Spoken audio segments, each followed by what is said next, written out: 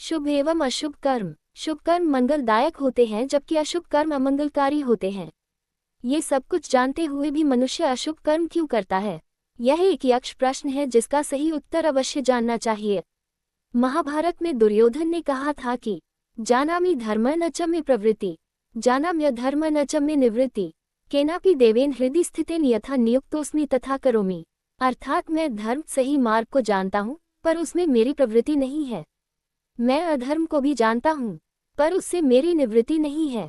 ऐसा लगता है जैसे मेरे हृदय में कोई देव स्थित है जो मेरे से जैसा करवाता है मैं वैसा ही करता हूँ। यह उक्ति मुख्य रूप से दुर्योधन के मन की दुविधा को दर्शाती है, जो ये जानते हुए भी कि क्या सही है और क्या गलत, अपनी वासनाओं और आसक्तियों के कारण गलत मार्ग पर चलता रहता है। तुलसीदास जी ने पाप एवं अशुभ कर्म करने की प्रवृत्ति का कारण पूर्व जन्मों के संचित पाप कर्मों को बताया है। तुलसी पूरब पापते हरि चर्चा न सुहात, जैसे ज्वर के जोर से भूख विदा हो जात। अर्थात पूर्व जन्मों के संचित पापों के कारण मनुष्य की प्रवृत्ति शुभ कर्म जैसे भजन कीर्तन एवं सत्संग में उसी प्रकार नहीं होती है। जैसे भीतर बुखार का जोर होता है तो अन्न अच्छा नहीं लगता, वैसे ही जिसके पापों का जोर ज्यादा होता है वह भजन कर नहीं सकता, सत्संग में जा नहीं सकता, अर्थात शुभ कर्म नहीं कर सकता है, क्योंकि पूर्व जन्मों के संचित पापों के कारण उसकी प्रवृत्ति पाप कर्मों में ही बनी रहती है। शुभ कर्मों में रुचि उत्पन्न हो उसके लिए प्रत्येक माता पिता को एक बच्चे को जन्म देने से पहले विचार करना चाहिए। वंश के जन्म लेने वाले शिशु शुभ एवं नेक विचारधारा वाले हो, इसके लिए निम्नलिखित उपाय करने चाहिए। 1. विवाह के लिए लड़का एवं लड़की का अष्टकूट मिलान अवश्य करना चाहिए। शास्त्रों के अनुसार शुभ विवाह के लिए कम से कम 25 गुण अवश्य मिलने चाहिए, तभी वंश की वृद्धि शुभ शिशुओं के जन्म के साथ होगी। 2. जच्चा को सत्वगुण युक्त आहार शिशु के जन्म से पहले एवं बाद में भी दे, जिससे शिशु के महत्त्व का निर्माण शुचितापूर्ण हो। 3. बच्चे में अच्छे संस्कार देने चाहिए। अधर्म के मूलभूत सिद्धांतों का ज्ञान एवं आध्यात्मिक रुचि उत्पन्न करनी चाहिए। 4. इस श्लोक से प्रार्थना करनी सिखाए। अलस्तो मां सद्गमय, यह एक प्रसिद्ध संस्कृत प्रार्थना का अंश है जिसका अर्थ है असत्य से मुझे सत्य की ओर ले चलो, जो अज्ञान से ज्ञान और क्षणभंगुरता से शाश्वतता की ओर बढ़ने का मार्गदर्शन मानता है। यह मंत्र भारतीय संस्कृति में आध्यात्मिक प्रगति और ज्ञानोदय का प्रतीक है। यह आमतौर पर पूरे मंत्र के रूप में गाया जाता है।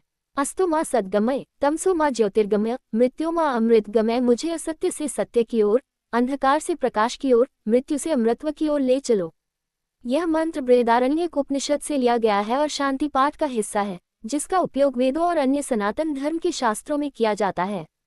विधि के विधान के अनुसार शुभ विचार, शुभ कामनाएं एवं शुभ कर्म करने वाले व्यक्ति अपने प्रारब्ध में अनेकों पुण्यों को संचित करते हैं, जो अगले जन्मों में सौभाग्यशाली बनाते हैं, जबकि अशुभ कर्म पाप कर्मों का निर्माण करते हैं और प्रारब्ध में पाप एवं अशुभता का संचय करते हैं। आपके द्वारा संपन्न ऐसा कोई शुभ और सद्कार्य नहीं जिसके परिणामस्वरूप विधि द्वारा आपको उचित फल प्रदान न किया जाए।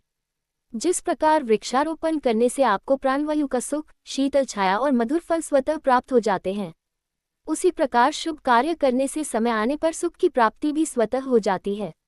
जब जब आपके द्वारा किसी और की भलाई के लिए निस्वार्थ भाव से कोई कार्य किया जाता है, तब तब आपके द्वारा वास्तव में अपने प्रारब्ध में अपनी भलाई की ही आधारशिला रखी जा रही होती है।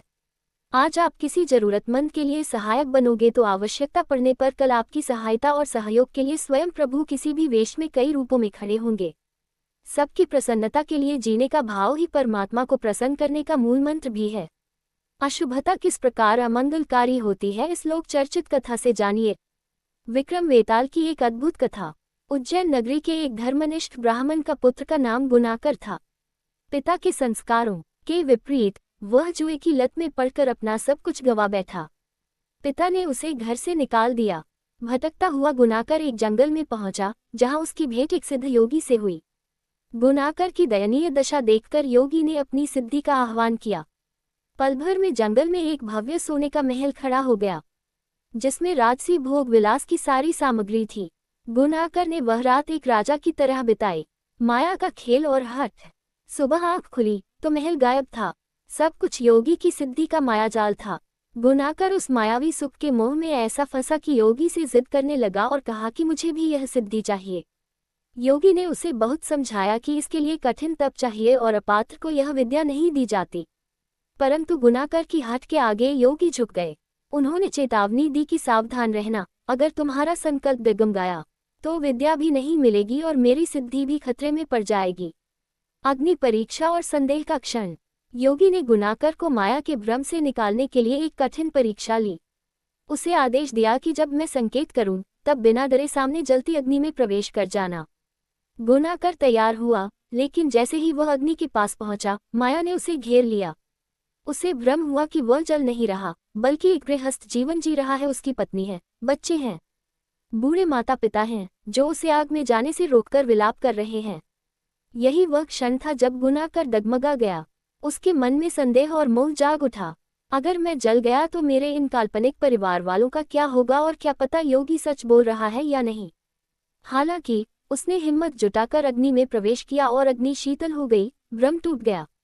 लेकिन वह संदेह का एक क्षण सब कुछ बिगाड़ चुका था। वेताल का प्रश्न और विक्रम का उत्तर। जब गुनाकर योगी के पास पहुंचा तो योगी ने दुख से कहा, वत्स तुम्हारी साधना अधूरी रह गई। योगी ने अपनी सिद्धि को बुलाया, पर वह नहीं आई।